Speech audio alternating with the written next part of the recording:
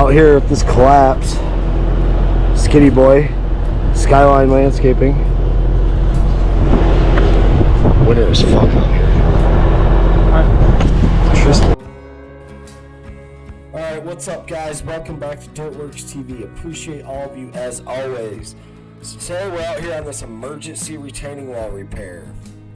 As you can see, this sucker collapsed. This was built less than 6 months ago and had a complete failure. It's winter coming into spring, so as the ground thaws, it's going to keep eroding, so we had to get out here and emergency fix this. So as you can see here, the blocks have completely all collapsed, fell over. The sand is obviously the worst thing to put behind the retaining wall, and they had fabric, so that's all you did was create all this pressure on that block, and boom, here you are. So in this video you can see it's eroding pretty far into that concrete. It's holding up a pool, which is even more dangerous for the customer, and we're here to save the day. Let's go. Alright guys, as you can see, we're digging out this trench for the footing of the retaining wall. This one we're going to get extra thick because it's going to be holding up so much weight, and we want to make sure there's no failure in the future. So we're going down about 18 inches to put that first block, but we're actually going to put in 12 inches of crushed concrete base, and we're going to compact the crap out of that, get it nice and solid. And also, what are you guys doing? If you haven't yet, please subscribe, hit the like button, share, whatever you can do to help us continue to grow our content. We want to get it out there. We want to teach people. We want feedback. We want interactions. You guys can comment more. Whatever you can do, we appreciate it. More than we could ever tell you. Like, I love doing YouTube. I love doing these videos. And we want to keep doing them. We need to get our subscribers out there, and we need to continue to grow. So we appreciate everything. Alright, now that we got our base all set, we did that off camera. We weren't recording. We're gonna start setting all the blocks and all that good stuff and keep the project going. Got Skitty Boy on the job helping set the blocks, make sure everything's level. It's nice. Usually a lot of times I build these retaining walls by myself, but can't tell you how much huge it is to have help setting these blocks so everything's perfect. We're putting the first course in right now. This one's going to be 2 rows high, and then there's going to be a 12-inch cap. So these blocks are 2 feet tall, 2 feet wide, 4 foot long, and then the cap that goes on the top is 1 foot high, obviously 4 foot long, 2 feet wide. And these blocks are fun to work with. They're super easy. It's like building, once you get your first course in there and get everything level,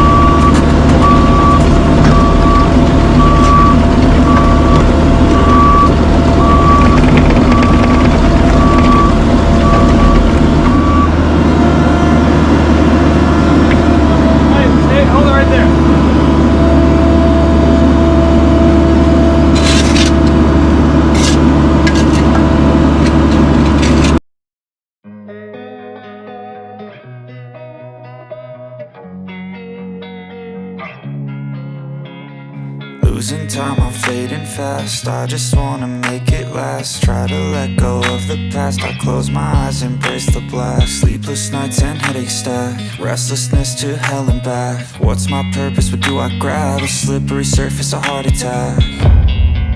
And sometimes you just gotta believe there's something that'll. Alright guys, moving into the final stages of this wall. We're setting the cap right now. You can see these textured block are pretty cool to work with. It's cool because all the faces and everything are textured. It looks really nice. They're solid. These things weigh 2,400 pounds a piece. Can you believe that? That'll hold up a lot of earth. There's nothing better you could use in this project than what we're using, because it's going to stabilize everything so much and you won't have any failures in the long term. Especially in Michigan, we get a lot of frost in the ground, so things heave when they melt and freeze. And I don't know, these are my favorite blocks to use on retaining walls just because the long-term volatility of them is so good. Like, I feel really good when we leave these jobs knowing that this wall is going to last probably longer than this house is going to be there. I mean, once they're there, they're there. It's a solid fix for all of your customers, and they're reasonably priced as well. So yeah, we're just backfilling this wall. Where the old stair set is, we're actually going to backfill all that and just make that a grassy area, because we didn't really want to build stairs and the customer didn't want to pay to have the extra cost. They just paid to get that wall done less than 6 months ago, which is crazy. But yeah, we're just backfilling this, finishing up the project. We appreciate all of you. Like, subscribe, share, donate if this helps you. If like any of the info I give you guys in these videos help you, like, don't hesitate to hit the super thanks. It helps us create these videos. I mean, anything you can do to help us with our channel is awesome. We also installed a retaining or a drain tile behind this wall, just to make sure like there isn't any water being held up anywhere. And how we bid these is, so we measure the length of this entire wall, and we take that and we obviously calculate how many blocks we are going to need. And once we do that, we take the cost of each block for how many we're going to need.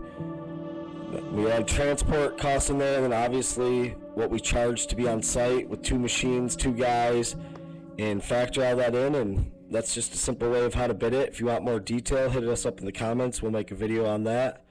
And honestly, just give us your feedback. If this helped you out any and you like our videos, just hit the thumbs up. We appreciate it as always.